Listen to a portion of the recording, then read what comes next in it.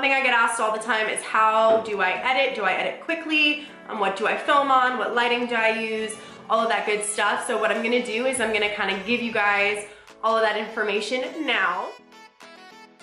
Okay, so I film on a Sony a5100. So the camera you use, I really wouldn't stress on too much just because like, especially if you're filming like hair styling tutorials, it's not that big of a deal if the color is like on point or not, but step one is a camera. So step two is you are going to need a tripod. I got a really great tripod. It is a Samotin. So everything I'm talking about in this video, just a little disclaimer, I do have linked on my website under tools, and everything is a direct Amazon link for you to put it in your cart. The tripod is great because it's got a level in it, and you can also transfer it back and forth between being attached to a camera or being attached to like your phone or something. So for me, I go back and forth frequently with what I'm filming with, so that is amazing for that. Next thing you will need is some type of ring light. You can either get a big one, which is a little bit more expensive, or you can get a smaller one, which is like 20 bucks, and it does the same thing. Now, one also has a little insert where you can add your camera or your phone as well. If you are filming with a ring light, I really strongly suggest that you also get like 2 umbrella lights to go on the side. The ring light is gonna give you a lot of light dead on, but if you don't have any lighting popping up from the side here, you're gonna get like a really dark shadow. So, you know how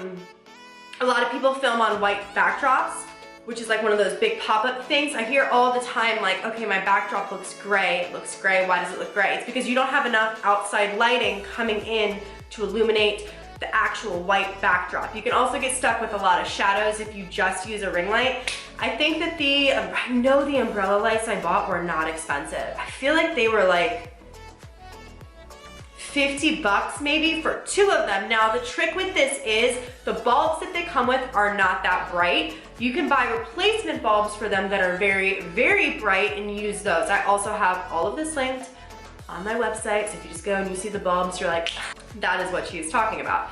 That will really, really freaking help you. If you wanna get super bougie, I don't do this, well I kinda do now, but super bougie, you can get like one of those hanging lights that will illuminate the top. I got really lucky. The light bulb that I have in here right now is a pair. I did not put this in.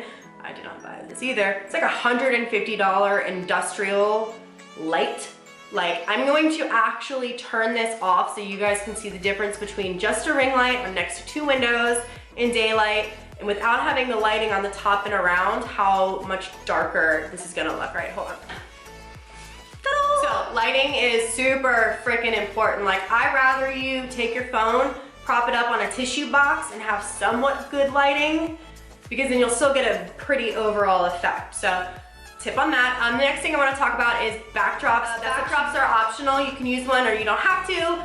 If you do use a backdrop, you can either lean the backdrop against the wall, or you can buy a backdrop stand. So now let's get down to editing our videos. And how do I do this? I edit my videos one of 2 ways.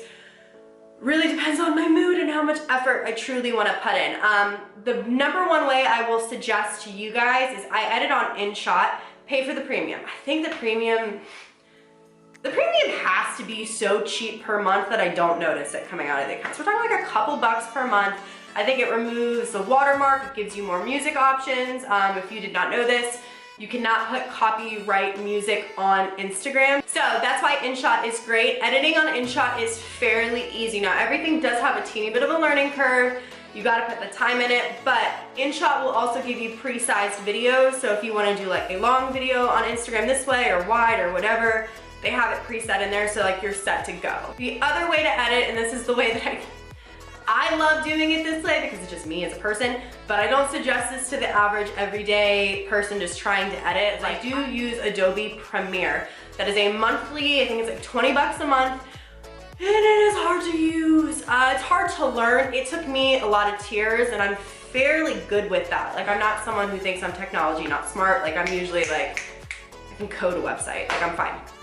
It took a little bit, but if you want the videos that look professionally edited, that is the way. A lot is where do you stand? So my trick that I do with my camera is I don't actually zoom in on the hair. I keep my lens or my phone as far away from as possible so that I can kind of freely stand where I need to and then just zoom the video in when I'm editing it so that I'm not having to like worry about like, am I in front or am I not? Now there is a little bit of getting used to trying to not directly stand behind the hair. I find it so funny when I get with a client, like, oh, this is so much easier, like not having to deal with that. But tricks are stand on the side, or kind of like keep your arms fairly extended out, or my favorite is the squat, which I will show you guys. Say you're editing and you need the shot dead on this way, right? The squat is literally going to be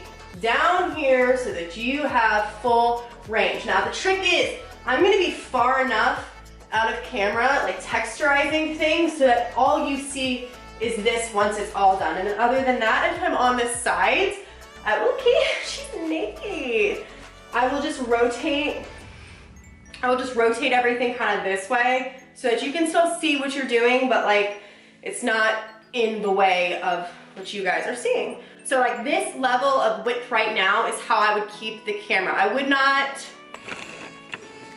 zoom her into here because then it's like, you know, if I want to get here, I'm in the way. You can't talk on speeding up the videos. This pisses so many people off, and I want to talk about why most of us do this, okay?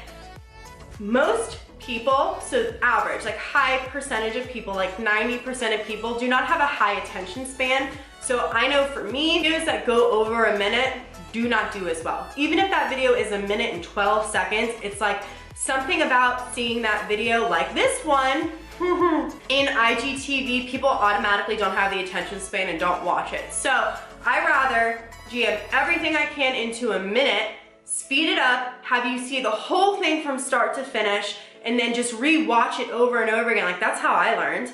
Just re-watch it over and over again to kind of figure out what you need to know. The thing I do want to talk about is like your opening scene in videos. You guys, I cannot press this enough.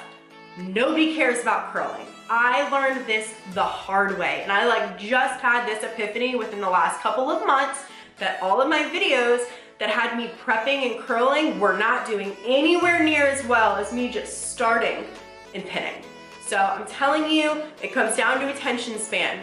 People do not have the attention span to watch you curl a whole head of hair. Now, if you're doing like a look that is like how I prep the hair, totally different, but we're going into an updo or half up, out, down style, skip that. Just throw that footage away, go right into pinning. I promise you, the video will do a lot better. Last tip I wanna give you guys with editing is what freeze frame you pick. Do not pick a freeze frame at the very beginning where you haven't done the style, and do not pick like a blurry halfway freeze frame.